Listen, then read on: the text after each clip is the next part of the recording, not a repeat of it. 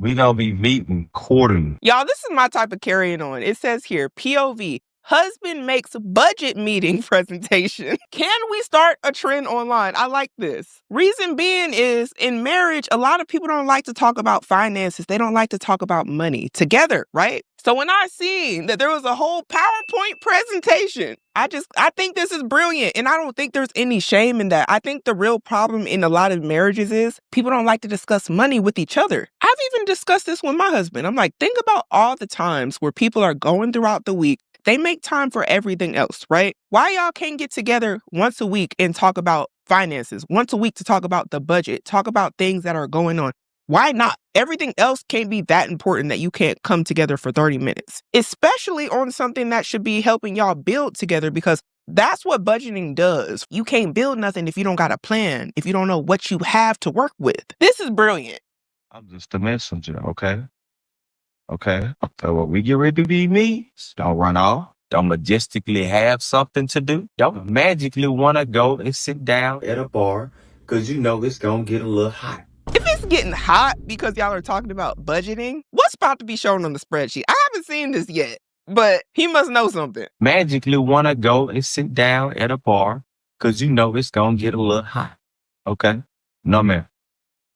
Here, in this living room, family time. I'd be lying to you if I told you I only got one slide. I got 24 slides. Dedication. And is that a mouse clicker in his hand right here? But this ain't just for you. This is for me too. Next slide.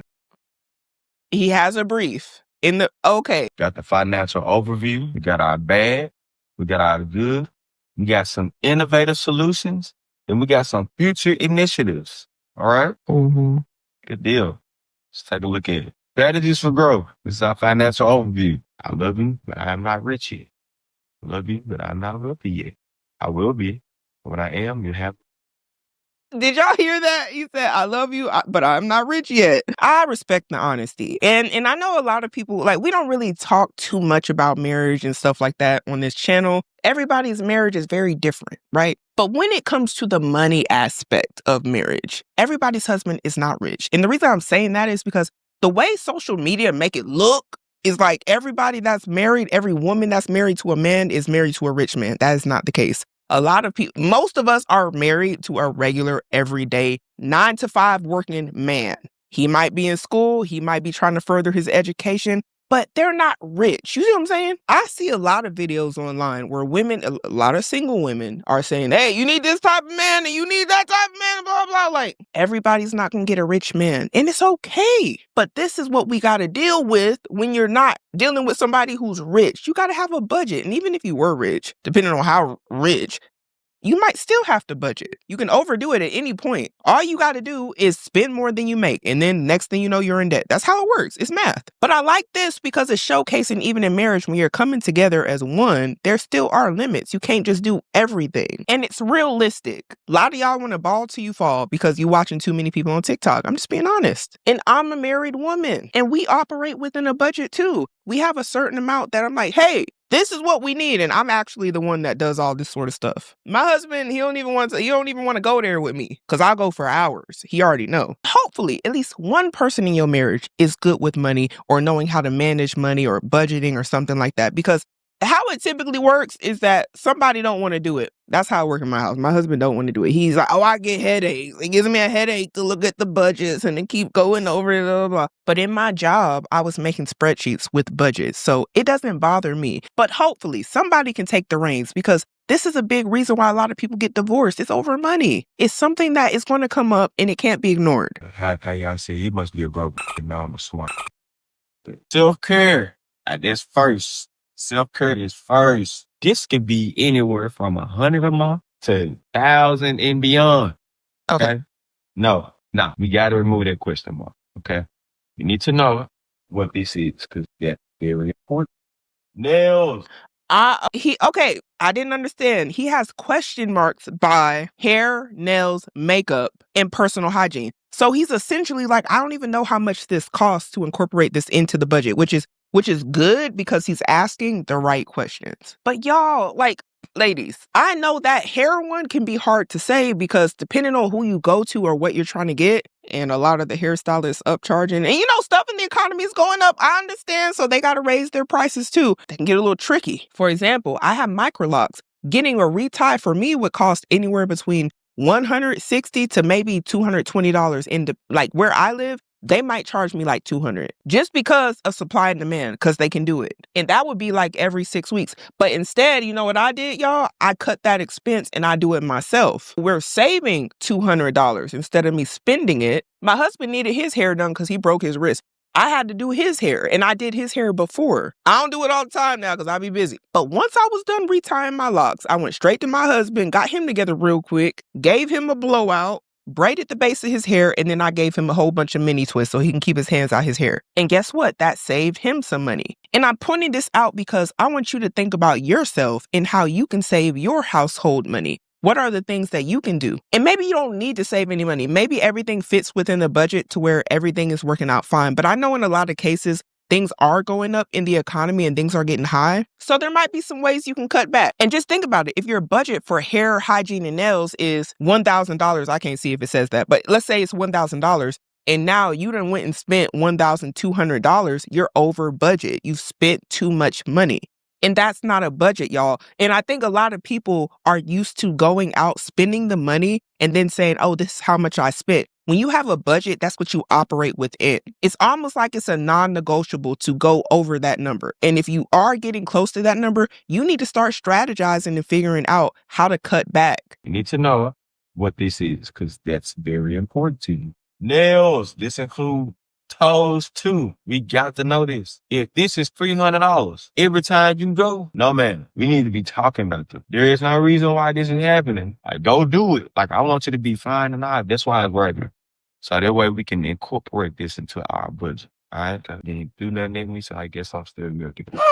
Makeup, quarterly. I wanted more. Oh, they did a part 2. Okay, part 2. You're a makeup artist. So makeup is up there because of supplies that you need. This is a dual situation right here because you're kind of in the way. Because you do that, it's a dual role. So this can be inventory for you. This can also come into personal play if there's anything or any item that you get that you like for yourself personally. True.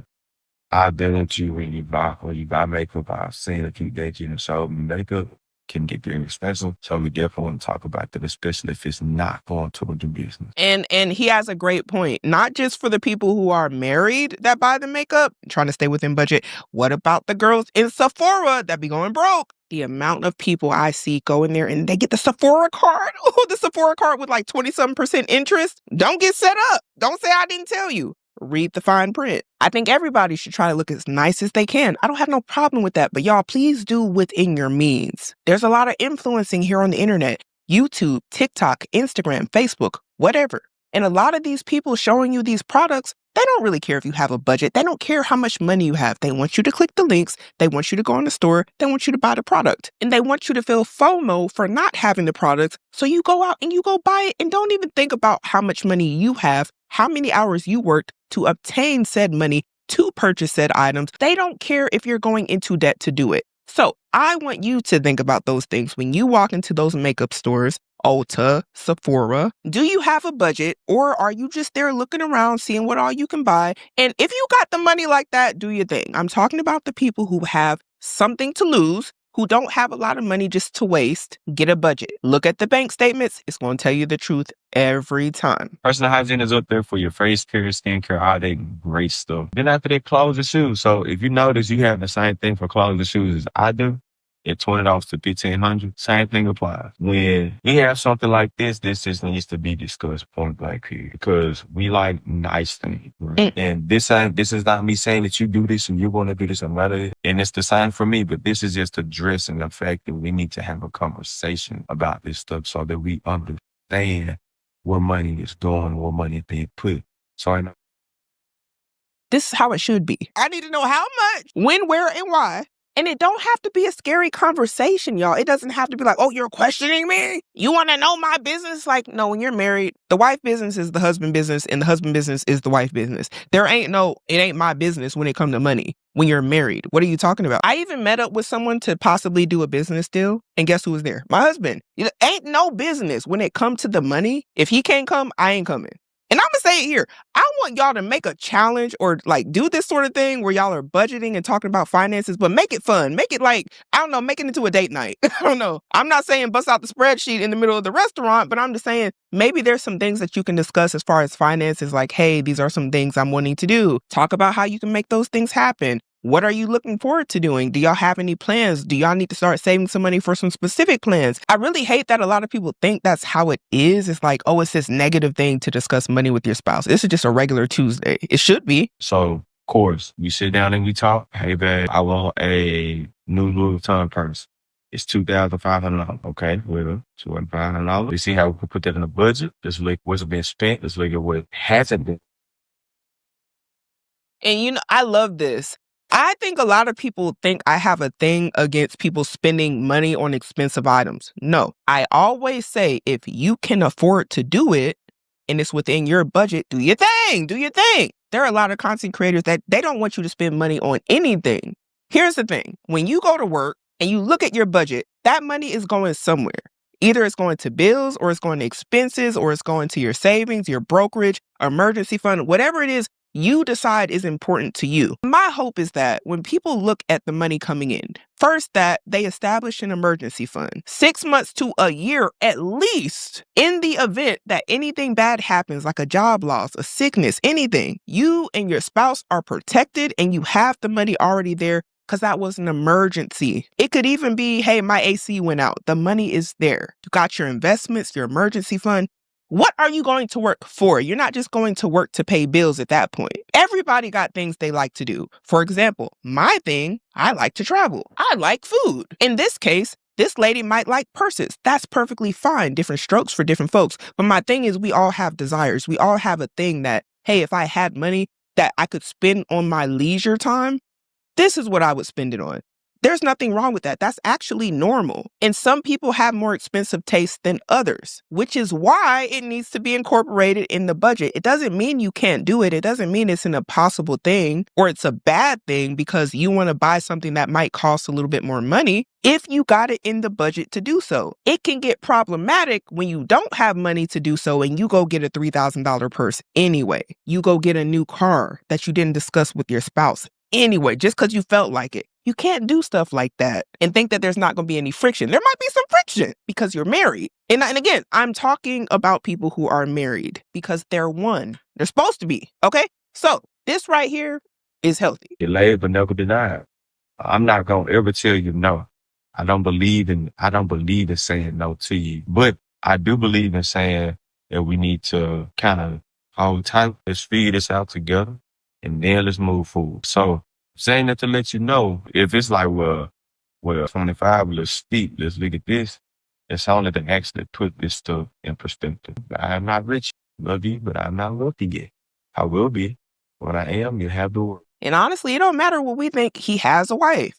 He is a taken man. And whatever he do within his household, as far as his budget, he didn't even have to show us this. I mean, that's between him and his wife. But it's just good to see married people discussing finances. And it's even more refreshing that this isn't an argument. This is like a, hey, we're discussing something. She ain't really saying much, but there's no hostility. All right, next. Food. Same thing for you. And it applies to you. You are not immune. That's why I need to see the bank statements. Not the bank statement. Why I need to see the Starbucks count. Random trips to Wendy's because I'm hungry and I can't maintain my attitude. Just a little smoothie from Tropical Smoothie counts. Yeah. You go get your Bahama Mama, I want that receipt. Why do I need to know? We need to have it down to the penny because that stuff is an addition to what we got to bring in this house to make sure that we eat for the whole month. And that's what I was saying, y'all. If you go over, it's either debt or somebody got to work some overtime. Somebody got to pick up some extra hours. Because where is the moolah? Like, we got to think about it. Where is it coming from? We don't get food, Sam. Don't get none of that. So we got to be on point. Sideline, calamari, Rose Chris.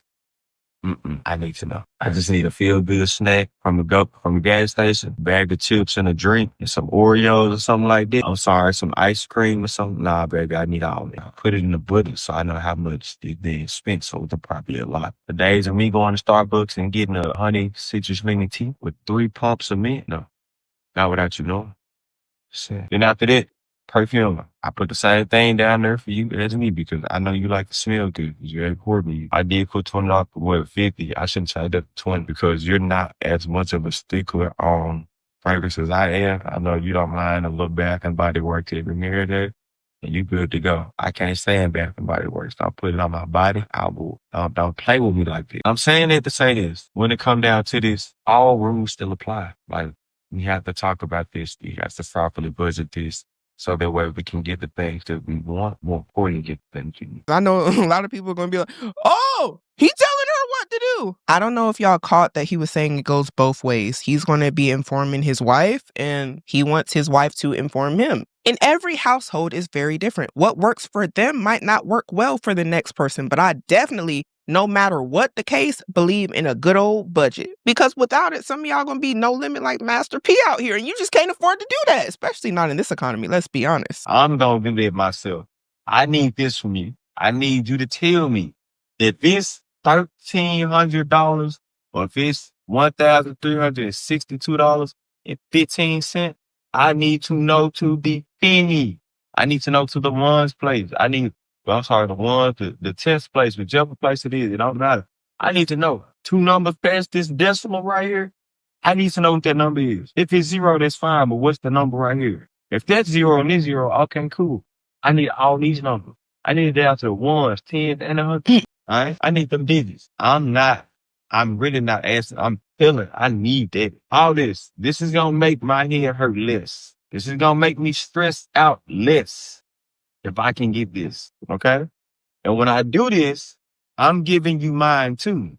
So you going to see mine to the last penny. What do y'all think about budgeting in a marriage or within a relationship? What did y'all think about this presentation? Was it a little much or was it just what was needed? But we got to start making better decisions today in order to have a better future.